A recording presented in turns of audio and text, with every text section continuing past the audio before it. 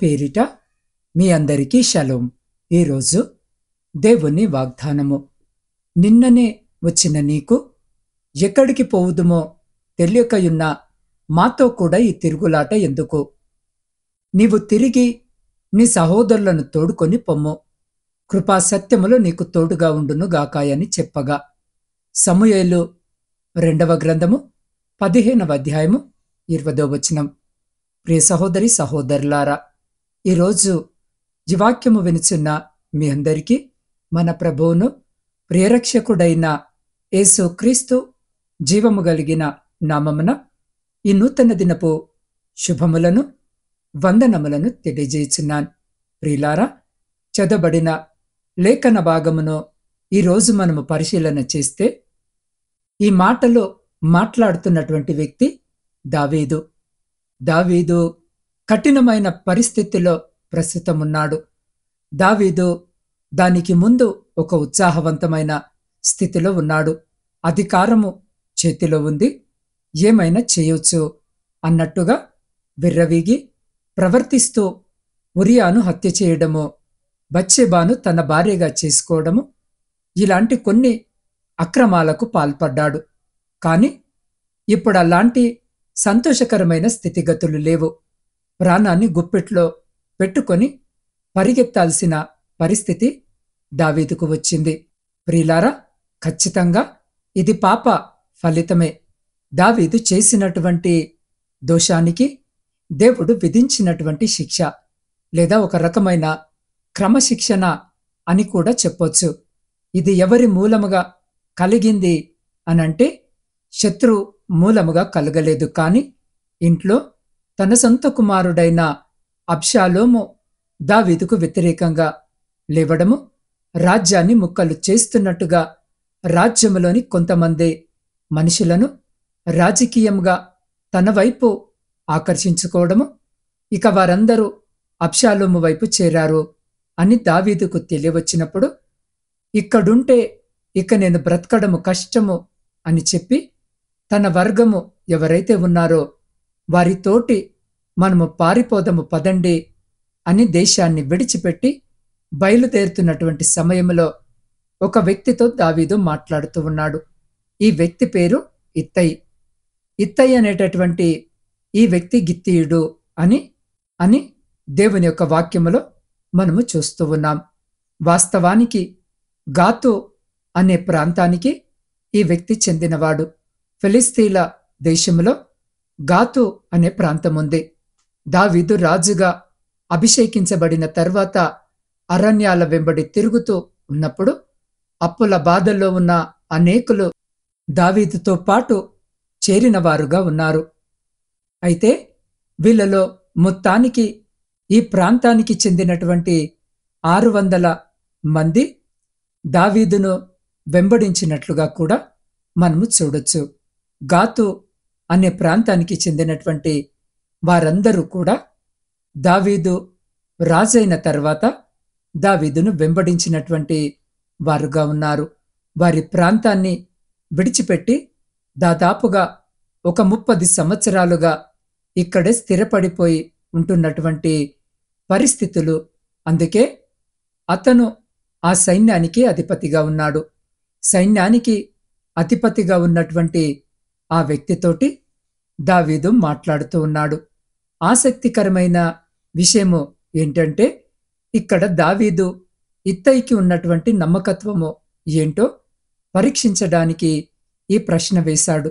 ఏమంటున్నాడు అనంటే, అందరూ కూడా తన వర్గంలో ఉన్నటువంటి వారు దావీదుతో పాటు పారిపోవడానికి బయలుదేరుతున్న సమయంలో ఇత్తయి కూడా వారితో పాటు రావడాన్ని చూసి, నువ్వు ఈ యొక్క నివాస స్థలాన్ని కోరేటటువంటి పరదేశిగా ఉన్నావు, నీవు మాతో కూడా ఎందుకు వస్తున్నావు? వెళ్ళు, రాజు దగ్గర ఉండు, రాజు సన్నిధిలో ఉండు అని చెప్పడం జరిగింది. ఇంకొక మాట ఏమంటున్నాడు అంటే, నిన్ననే వచ్చిన నీవు ఎక్కడికి పోదుమో తెలియకున్నా మాతో కూడా ఈ తిరుగులాట ఎందుకు అని చెప్పి దావీదు మాట్లాడుతూ ఉన్నాడు.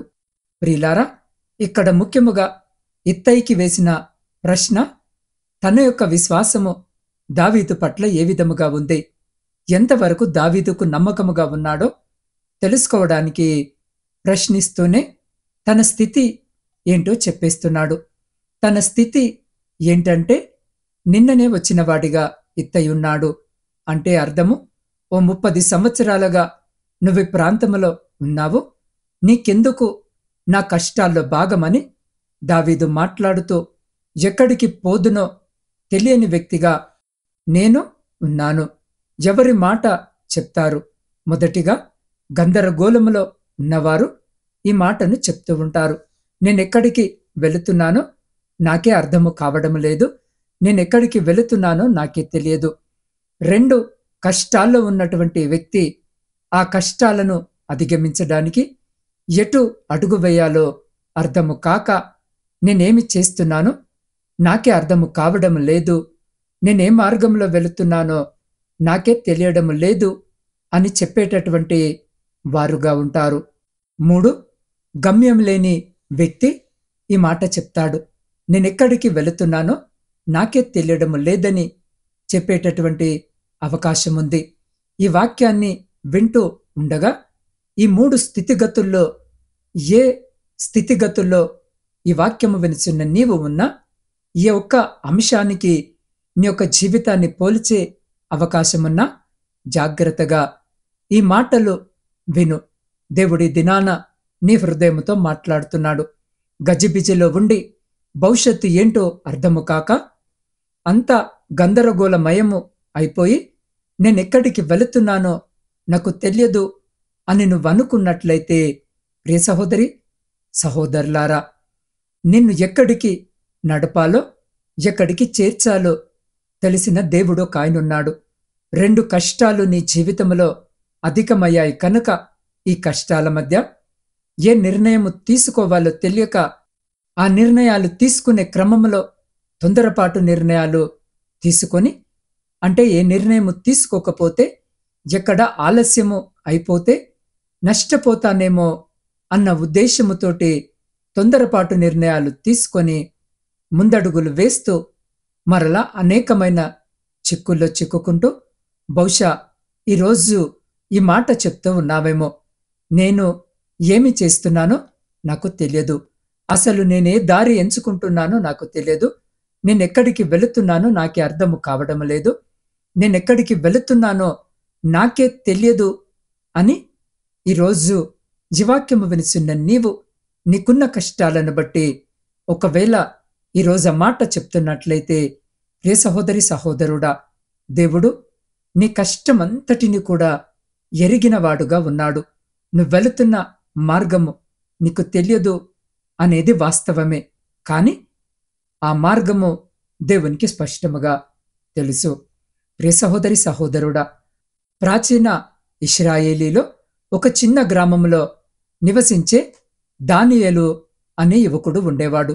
చిన్నప్పటి నుండి దేవునికి భయపడి నిజాయితీగా జీవించాలనే కోరికతో ఉండేవాడు. కానీ అతని జీవితంలో ఒక పెద్ద సమస్య, ఎటు వెళ్ళాలో, ఏమి చేయాలో, ఎలా జీవించాలో తెలియని గందరగోళం.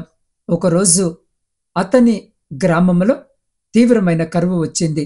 బావులు ఎండిపోయాయి, పంటలు నశించిపోయాయి, ప్రజలు ఆందోళనలో మునిగిపోయారు. దానియేలు ప్రతి రాత్రి దేవునితో ప్రార్థిస్తూ ఇలా అడిగేవాడు, నేను వెళుతున్న మార్గము నాకు తెలియదు, కానీ అయ్యా నీవు నాకు చూపించు అని ప్రార్థించాడు. ఒక రాత్రి దానియేలు నిద్రలో ఉండగా అతడికొక దర్శనము కనిపించింది. దర్శనములో అబ్రహాము మరియు మోషే కనిపించాడు. అబ్రహాము అతన్ని చూసి ఇలా అన్నాడు, నేనెక్కడికి వెళ్ళాలో కూడా తెలియకుండా దేవుడు చెప్పిన మాట విని నా ప్రయాణాన్ని మొదలుపెట్టాను, దారి నడిపింది ఆయనే అని అబ్రహాం అన్నాడు. మోషే అతని వైపు తిరిగి ఇలా అన్నాడు, చేరుకొని ఉన్న ఎర్ర సముద్రం ముందు మనుషులకు దారి కనిపించకపోయినా దేవుని దారి స్పష్టముగా కనిపించింది అని చెప్పడము జరిగింది. దానియేలు కళ్ళు తెరిచేసరికి ఒక గాఢమైన శాంతి అతని హృదయంలో నిండింది. అతను మరుసటి రోజు దేవుని మీద నమ్మకముతో పొరుగున ఉన్న నగరానికి పని కోసము బయలుదేరాడు. అక్కడికి చేరుకున్న వెంటనే ఒక యాజకుడు అతన్ని పిలిపించి, ఇక్కడ దేవాలయంలో పని చేయుటకొకరు కావాలి, నీలో ఉన్న నిజాయితీ నాకు నచ్చింది అన్న యాజకుడు అన్నాడు. ఆ రోజు నుండి దానియేలు జీవితము మారిపోయింది. తెలిసిన మార్గములో కాదు, తెలియని మార్గములో దేవుడు నడిపించినప్పుడు అతని జీవితము ఆశీర్వాదాల వర్షాన్ని చూసింది. ప్రియ సహోదరి, సహోదరుడా, ఈరోజు ఈ వాక్యము వినిచిన నీకు తెలియని మార్గము దేవునికి స్పష్టముగా తెలుసు. నీ కష్టము ఆయన కళ్ళకు దూరము కాదు. నీ కన్నీళ్లు ఆయన చూస్తున్నాడు. నీ గందరగోళము ఆయనకు తెలిసినదే. అందుకే పరిశుద్ధ లేఖన భాగము ఈ విధముగా సెలవిస్తుంది, నువ్వెళ్ళుచున్న మార్గమును నేను నీకు బోధించి నీవు నడవవలసిన దారిలో నిన్ను నడిపించెదను అని. అబ్రహాము ఎక్కడికి వెళుతున్నాడో తెలియకపోయినా దేవుడు నడిపించాడు. మోషే తన ముందు దారి లేకపోయినా దేవుడు సముద్రాన్ని తెరిచాడు. దానియేలు జీవితము తెలియని మార్గమునే అనుకున్నట్టే దేవుడు కార్యాన్ని చేశాడు. అదే విధముగా ప్రియ సహోదరి, సహోదరుడా, నీ జీవితపు మార్గము నీకు కనబడకపోయినా దేవుని కంటికి అది స్పష్టముగా ఉంది. నువ్వు విశ్వాసముతో ఒక అడుగు వేయి, మిగతా దారిని దేవుడే తీసుకొని వెళుతాడు. కాబట్టి ప్రియ సహోదరి, సహోదరుడా, నువ్వెళుతున్న మార్గము నీకు తెలియకపోవచ్చు. నీకెదురవుతున్న సమస్యలు నీకు అర్థము కాకపోవచ్చు. నిన్ను కాచుకొని ఉన్నటువంటి శత్రువులను చూసి ఎందుకు ఇలా జరుగుతుందో అని నువ్వు అనుకుంటూ ఉండొచ్చు. నువ్వెళుతున్న మార్గము నీ యేసయ్యకు స్పష్టముగా తెలుసు. అయితే ఈ కష్టాల వలయములో నువ్వు చిక్కుకొని ఉండగా బాధతోటి నేనేమి చేస్తున్నానో నాకు అర్థము కాలేదు అని ఒకవేళ నువ్వు అనుకుంటూ ఉన్నట్లయితే నీకంటూ ఒక నిరీక్షణ ఉన్నది. ఆ నిరీక్షణ యేసు క్రీస్తు వారిలో ఉన్నది. ప్రియులారా, ప్రాముఖ్యముగా యవనస్తుల కొరకు ఒక మాట నేను చెప్పాలని ఆశ కలిగి ఉన్నాను. యవనస్తులు ఈ యొక్క మాటలు వినాలి. జీవితము పట్ల ఒక గమ్యము లేని యవనస్తులు చాలామంది ఉన్నారు. ఒక గురి లేని యవనస్తులు చాలామంది ఉన్నారు. తర్వాత ఏంటి అంటే స్పష్టమైన ఆలోచన చాలామందికి లేదు. ఏదో తల్లిదండ్రులు చదివిస్తున్నారని చదువుకోవడము, కొంతమంది వాళ్ళు వీళ్ళు చెప్పారని ఏదో ఒక గ్రూపు తీసుకొని ఏదో ఒక బ్రాంచ్ ఎంచుకొని స్థిరపడిపోతామో అనుకునే వాళ్ళు కొంతమంది. మీకంటూ ఒక ఆలోచన, మీకంటూ ఒక గమ్యము లేకుండా కాలాన్ని గడుపుతున్నటువంటి యవనస్తులారా, జాగ్రత్తగా వినండి. నేనెక్కడికి వెళుతున్నానో నాకు తెలియదు అని చెప్తున్నావేమో. నీకంటూ దేవుడు ఒక గమ్యాన్ని ఉంచాడు. అవును, నువ్వు చేస్తున్నటువంటి పాపము, నువ్వు చూస్తున్నటువంటి చూపు, చేస్తున్న ప్రతి విధమైన క్రియను బట్టి నువ్వెక్కడికి వెళుతున్నావో నీకు తెలియదు. ఈరోజు బాధ్యత రహితముగా నువ్వు వ్యవహరిస్తున్నటువంటి విధానాన్ని బట్టి నువ్వెక్కడికి వెళుతున్నావో నీకు తెలియదేమో. చాలామంది యవనస్తులు వారి తల్లిదండ్రులకు కన్నీరు తెప్పించేటటువంటి యవనస్తులుగా మిగిలిపోతూ వ్యక్తిగతముగా వారి జీవితాల్లో త్రాగుడుకు బానిసలై, ఎన్ని సంవత్సరాలండి అనంటే 15 లేదా 16 సంవత్సరాల వయసు లేదు, ఈలోగా తాగుడుకు బానిసలై వ్యర్థమైన స్నేహాలు పెంచుకొని ఆడపిల్లలతో మగపిల్లలు, మగపిల్లలతో ఆడపిల్లలు శరీరాలను అపవిత్రపరుచుకుంటూ ఒకసారా 2 సార్ల ఆ వయసుకే గర్భవతులై అబార్షన్లను చేయించుకునేవారిగా, మగపిల్లలైతే చొక్కాలు మార్చినంత సులభముగా ఆడపిల్లలను మారుస్తూ గర్ల్ ఫ్రెండ్స్ని పెంచుకుంటూ ఒక ఫోన్లో ఎంతమందితోటి వ్యర్థమైన చాటింగులు చేస్తూ ఎంతగా వరక్రమముగా జీవితాన్ని జీవిస్తూ నేనెక్కడికి వెళుతున్నానో నాకు తెలియదు అనేటటువంటి స్థితిలో ఈరోజు ఉన్నారు. నిజమే ప్రియ సహోదరి, సహోదరుడా, ఒకవేళ ఈరోజు జీవాక్యము వినిచిన్న నీవు అలాంటి పరిస్థితిలో ఉంటే ఒక్కసారి ఆలోచించు. నీ గమ్యము ఎక్కడ ఉండబోతుంది? నువ్వెళ్తుంది ఎక్కడికో తెలుసా? నరకానికే. నువ్వెక్కడికి వెళుతున్నావో తెలుసా? నాశనానికే. నీ ప్రాణము, నీ ఆత్మ, నీ మనస్సు ఎంతగా మలినము చేయబడిందో, ఎంతగా నిన్ను నాశనము చేసేదిగా ఉందో నీకర్థము కావటం లేదు. ప్రియ సహోదరి సహోదరుడా, కొంతమంది పరిస్థితి అలాగుంటే మరికొంతమంది పరిస్థితి జీవితంపై భరోసా లేక, భవిష్యత్తుపై ఆశ లేక, ఒక గురిని కలిగి ఉండలేక, గురి ఉన్న దాన్ని చేరుకునేటటువంటి మార్గము తెలియక ఈ మాట చెప్తూ ఉన్నారు. నేనెక్కడికి వెళుతున్నానో నాకు తెలియదు. గందరగోళములో ఉండి ఈ మాటలు చెప్తూ ఉన్నా, కష్టాల్లో ఉండే నీవి మాట చెప్తూ ఉన్నా, బాధ్యత రహితమైన స్థితిలో ఉండే సమస్యలకు బానిసవై ఈ మాట చెప్తూ ఉన్నా, భవిష్యత్తుపై భరోసా లేక నువ్వు ఈ మాట చెప్తూ ఉన్నా, మీకు సమాధానము ఇదే. నీ మార్గము దేవుడే, తానే మార్గమని యేసు క్రీస్తు ప్రభువారు చెప్పారు. నీ జీవితాన్ని దేవుని చేతిలోనికి ఈ దినాన సంపూర్ణముగా నువ్వు అప్పచెప్తే, ప్రియ సహోదరి సహోదరుడా, దేవా, నా జీవితంలో నేను ఎదుర్కొంటున్నటువంటి పరిస్థితులు ఇవి. ఈ పరిస్థితుల మధ్య నీ సహాయము అవసరమై ఉంది, నీ కృప అవసరమై ఉంది. నాకు సహాయము చెయ్యి. నా మనసులో ఉన్నటువంటి ఆందోళనంతా తొలగించు తండ్రి. నా మార్గమును సరళము చేయి ప్రభువా అని ఈరోజు ఈ వాక్యము వినుచున్న నీవు ప్రార్థించగలిగితే, ప్రియ సహోదరి సహోదరుడా, నువ్వెక్కడికి వెళుతున్నావో దేవుడు నీకు కనపరుస్తాడు. కష్టాల సమయాన్ని నువ్వు అనుభవిస్తూ ఉన్నప్పుడు, దేవా, ఈ మార్గము ముళ్ళ తుప్పలు గచ్చ పొదలున్నట్టుగా ఉన్నది, నాకేం అర్థం కావడం లేదు అని దేవుని సన్నిధిలో ప్రార్థిస్తూనే సంపూర్ణముగా దేవునిపై విశ్వసించే వ్యక్తిగా ఉండు.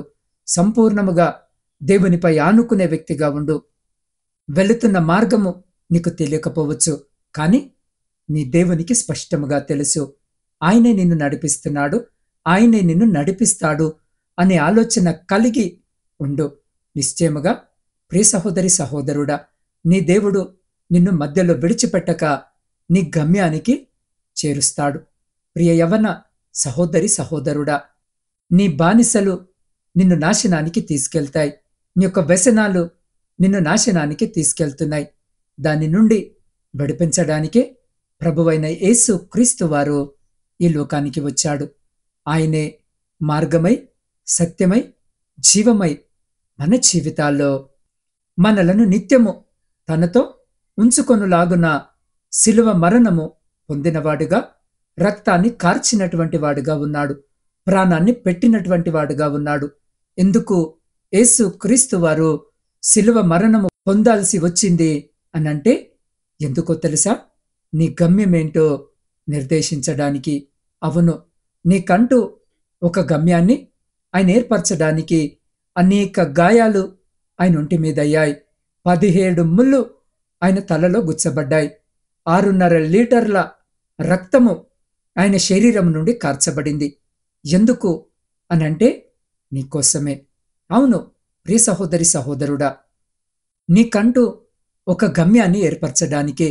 నీ గమ్యము పరలోకము కావాలని, నీ గమ్యము దేవునితో నిత్యము జీవించే జీవితము కావాలని, దేవునికి నీకు లేకుండా ఉన్న ఈ సంబంధము, దేవునికి నీకు మధ్య చెడగొట్టబడ్డ ఈ సంబంధము సరిచేయబడాలని తన ప్రాణాన్ని ఆ కలువరి శిలువపై అర్పించాడు.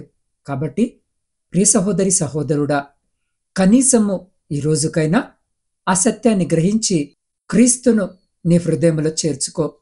నువ్వెంత బిజీగా ఉండి ఈ మాటలు వింటున్నావో నాకు తెలియదు, కానీ నువ్వున్నటువంటి వయసు ఏదైనా క్రీస్తు వారిని నీ హృదయంలో చేర్చుకోవడానికి నువ్వింకా చిన్నపిల్లవాడివి కాదనేది స్పష్టము. ఎందుకో తెలుసా? నీ వయసు 10-12 కాకముందే మనస్సు మలినమవుతూ ఉంది. నీ బాల్య దినములయందే సృష్టికర్తను స్మరణకు తెచ్చుకో అన్నట్టుగా యేసు క్రీస్తు ప్రభువుని నీ హృదయంలో చేర్చుకో. నీ హృదయాన్ని ఆయనకిచ్చేసేయి. ఆయన నీ మొదటి ప్రేమికుడు కావాలి. నీవు ఆయనను ప్రేమించే వ్యక్తిగా ఉండాలి. ఈ లోకములో ఆయన కంటే ఎక్కువ గనుక దేన్ని ప్రేమించక నువ్వు ముందుకు కొనసాగినట్లయితే, భవిష్యత్తుపై భరోసా లేని నీకు కూడా దేవుడే భరోసాగా నిలబడతాడు. దేవుడే నిన్ను నడిపిస్తాడు. దేవుడే నీకు మార్గ నిర్దేశము చేస్తాడు. ఖచ్చితముగా నీ చేయి పట్టి చేరాల్సిన గమ్యానికి కూడా చేరుస్తాడు. ఇంకెందుకు ఆలస్యము? ఈరోజు ఈ వాక్యము నీ హృదయాన్ని తాకుతున్నట్లయితే, ప్రియ సహోదరి సహోదరుడా, ఈ మాటలు నీ యొక్క హృదయములో క్రియ జరిగిస్తున్నట్లయితే, ఒక ప్రేరేపణను ఇస్తున్నట్లయితే, ఈ వాక్యము వినుచున్న నీవు ఎక్కడున్నావో అక్కడే కళ్ళు మూసుకొని ఈ మాటల ప్రకారముగా ప్రభు సన్నిధిలో నాతో పాటు ప్రార్థనలో ఏకీభవించు. నేను మీ కొరకు ప్రత్యేకంగా ప్రార్థన చేయబోతున్నాను.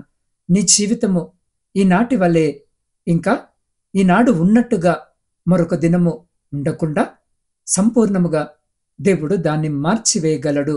సత్యము ఇది. నువ్వు నమ్మగలిగినట్లయితే ఈ వాక్యము వినిచిన్న మనమందరము కలిసి ప్రార్థన చేసుకుందాం. పరిశుద్ధుడా, ప్రేమ నమ్మకము కలిగిన మా ప్రియ పరలోకపు పరమ తండ్రి, మీ శ్రేష్టమైన ఉన్నతమైన నామాన్ని బట్టి స్తుతులు స్తోత్రాలు వందనములను చెల్లించుకొనుచున్నాం. అయా, అద్భుతమైన రీతిగా ఈరోజు మీ లేఖన భాగము ద్వారా మీరు మాతో మాట్లాడి మమ్మల్ని తృప్తిపరిచిన మీ గొప్ప ప్రేమను బట్టి మీకే కృతజ్ఞత స్తుతులు వందనములను చెల్లించుకొనుచున్నాం. తండ్రి, జీవితాలను మార్చివేయగల నీ మాటల కొరకు వందనాలు. సమస్యలు మా జీవితంలో తలెత్తినప్పుడు, ఆందోళనతో మా హృదయాలు నిండినప్పుడు, వ్యసనాలకు బానిసలమై మేము తిరుగుతూ ఉన్నప్పుడు, భవిష్యత్తు ఏంటో అర్థము కాని పరిస్థితిలో నేనెక్కడికి వెళుతున్నానో నాకే తెలియదు అని దిగులుతో పలికినటువంటి వారముగా ఉంటాం. అయినప్పటికీ తండ్రి, ఇలాంటి పరిస్థితుల మధ్య ఉన్న ప్రతి వ్యక్తికి భరోసా నువ్వే. దేవా, నీ వైపు ఆ బిడ్డలు ఈరోజు చూస్తూ ఉన్నారు. నాకు సహాయము చేయమని అడుగుతున్నారు. ఎందరో వ్యక్తులకు సహాయం చేసినవాడా, ఎంతో మంది జీవితాలను కట్టినవాడా, అలా కట్టుటకు సమర్థుడా, నిన్ను ఈ నూతన దినములో వేడుకుంటున్న ప్రతి వ్యక్తి జీవితంలో నీ గొప్ప కార్యాలను జరిగించమని వేడుకొనిచున్నాం. అయా, ప్రతి విధమైన గందరగోళము నీ నామములో తొలగిపోవునట్లుగా చేయండి. కష్టాల్లో ఉన్న ప్రతి వ్యక్తి నీకు అప్పగించుకోవడం మూలముగా తన మార్గము సరళము చేయబడినట్టుగా చేయండి.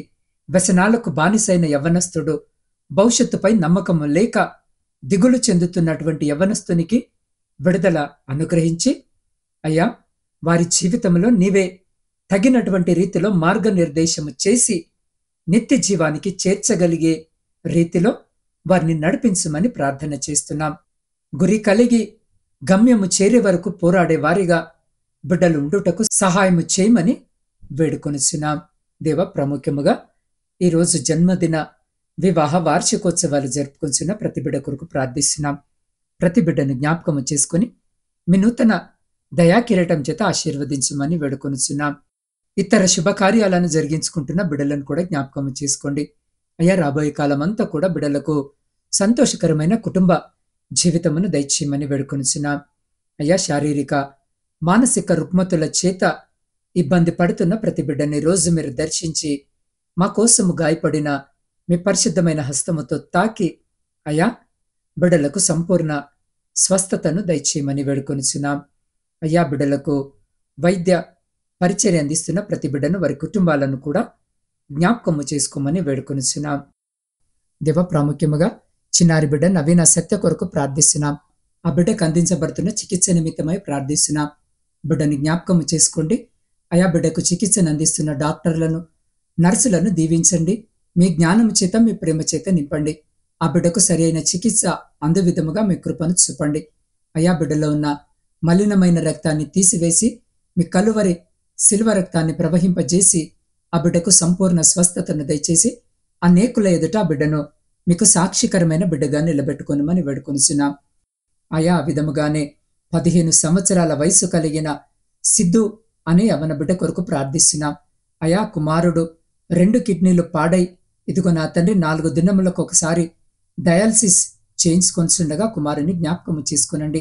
అయా, డయాలసిస్ చేస్తున్న సమయంలో కుమారుడు నా తండ్రి బాధను భరించలేనటువంటి స్థితిలో ఉన్నాడని తెలిసి, అయ్యా, మీ పాద సన్నిధికి ఆ కుమారుణ్ణి తీసుకొని వస్తున్నా. జ్ఞాపకము చేసుకోండి, ముట్టండి, స్వస్థపరచండి. అయ్యా, గాయము రేపువాడను నేనే, గాయము కట్టువాడను నేనే అని నీ వాక్యము ద్వారా సెలవిచ్చిన గొప్ప తండ్రి, ఇదిగో ఈ దినము ఆ బిడ్డలను జ్ఞాపకము చేసుకుని బిడ్డలకు సంపూర్ణ స్వస్థతను దయచేయమని వేడుకొనిచున్నాం. వారి కుటుంబ సభ్యులను కూడా మరొక మారు జ్ఞాపకము చేసుకుని మీ కృపలో భద్రపరిచి వారి దుఃఖాన్ని సంతోషముగా మార్చమని వేడుకొనిచున్నాం. అయా బిడ్డలకు స్వస్థతను కలుగజేసి ఆ బిడ్డలను మీ సాక్షికరమైన బిడ్డలనుగా ఈ ప్రపంచం ఎదుట నిలబెట్టమని వేడుకొనిచున్నాం. ఆ విధముగానే నా తండ్రి, ప్రపంచంలో శాంతి సమాధానాల కొరకు ప్రార్థిస్తున్నాం. ప్రాముఖ్యంగా మా దేశాన్ని జ్ఞాపకము చేసుకోండి. మా దేశంలో ఉన్న ప్రజలందరినీ జ్ఞాపకము చేసుకోండి. అయా అధికారులను జ్ఞాపకము చేసుకోండి. నాయకులను జ్ఞాపకము చేసుకోండి. మీ జ్ఞానము చేత, మీ ప్రేమ చేత నింపండి. అయా బిడ్డలు దేశాన్ని సుస్థిరముగా పరిపాలించే విధముగా మీ కృపను చూపండి. ప్రాముఖ్యంగా తండ్రి, సమాజంలో జీవిస్తున్న మేమందరము కూడా నా తండ్రి ఐక్యమత్యము కలిగి, సహోదర భావము కలిగి, ఒకరిని ఒకరము గౌరవించుకుంటున్న తండ్రి, ఎవరికి కీడు హాని తలపెట్టకుండా ఉండేటటువంటి మంచి హృదయం మాలో ప్రతి బిడ్డకు దయచేయమని వేడుకొనిచున్నాం.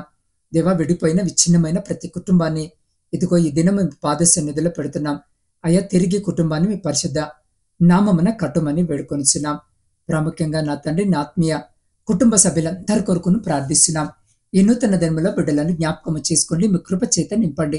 అయ్యా, ప్రతి దినము క్రమము తప్పకుండా బిడ్డలు వాక్యాన్ని వింటూ ప్రార్థనలో ఏకీభవిస్తూ ఉండగా నా తండ్రి, వారి ప్రతి ప్రార్థన విజ్ఞాపనను మీరు ఆలకించి అంగీకరించి మీ ఆకాశపు వాక్యాలను విప్పి మీ సమృద్ధికరమైన దీవెన ఆశీర్వాదాల చేత బిడ్డల జీవితాలను, కుటుంబాలను దీవించి ఆశీర్వదించి తృప్తిపరిచి మీ కృపలో భద్రపరుచుకొని ముందుకు నడిపించమని సమస్త స్తుతి, ఘనత, మహిమ మీకే చెల్లించు మా రక్షకుడును మీ ప్రియ కుమారుడైన యేసుక్రీస్తు సర్వ సమృద్ధి కలిగిన నామమున ప్రార్థించి స్తుతించి అడిగి పొందుకొని ఉన్నాము తండ్రి. ఆమెన్.